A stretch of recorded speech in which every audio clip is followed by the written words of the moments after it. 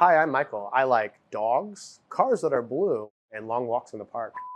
Michael Callahan, based in Singapore. Been in the market for a very long time, always here to support our industry and our brothers. So I started bartending October 9th, 1999. So yeah, I've been doing this for a very long time. Bartending when I started wasn't a craft. I remember my very first mentor was a Two World Financial in the Winter Garden. But he said at the time that bartending was 20% knowledge and 80% BS. And as long as you were really good with the BS, you'll have guests coming every day.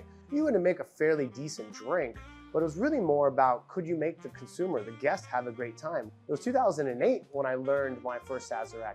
It was really all about the hospitality long before it was about the ingredients and techniques. So there are two different distinct times in my life that I had to leave family to make a better life for all of us. And I knew nothing else but the career.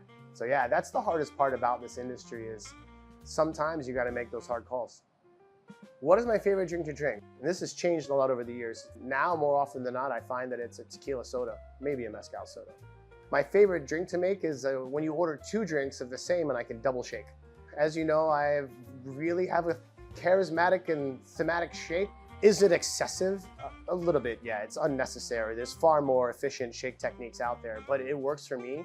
I think the more difficult drinks to make are when people try to challenge you with something really obscure.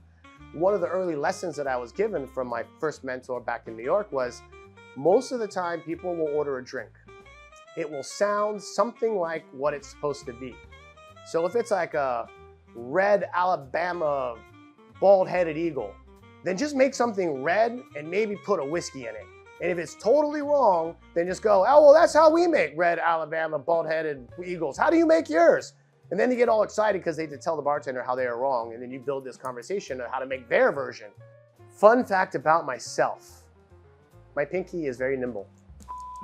Singapore doesn't have a trend, I would say right now, because we're a very mature market. I think we've reached a level of maturity where we've always prided ourselves in Singapore on being very diverse. In fact, that's one of the things that made us so successful in the beginning years. Singapore, you're walking down the street and you go to an actual like Tokyo style bar, you go next door and you're hanging out with all these Aussie bartenders. You go another, you have a New York speakeasy. I love the Singapore cocktail scene because Singapore is never going to be arrogant.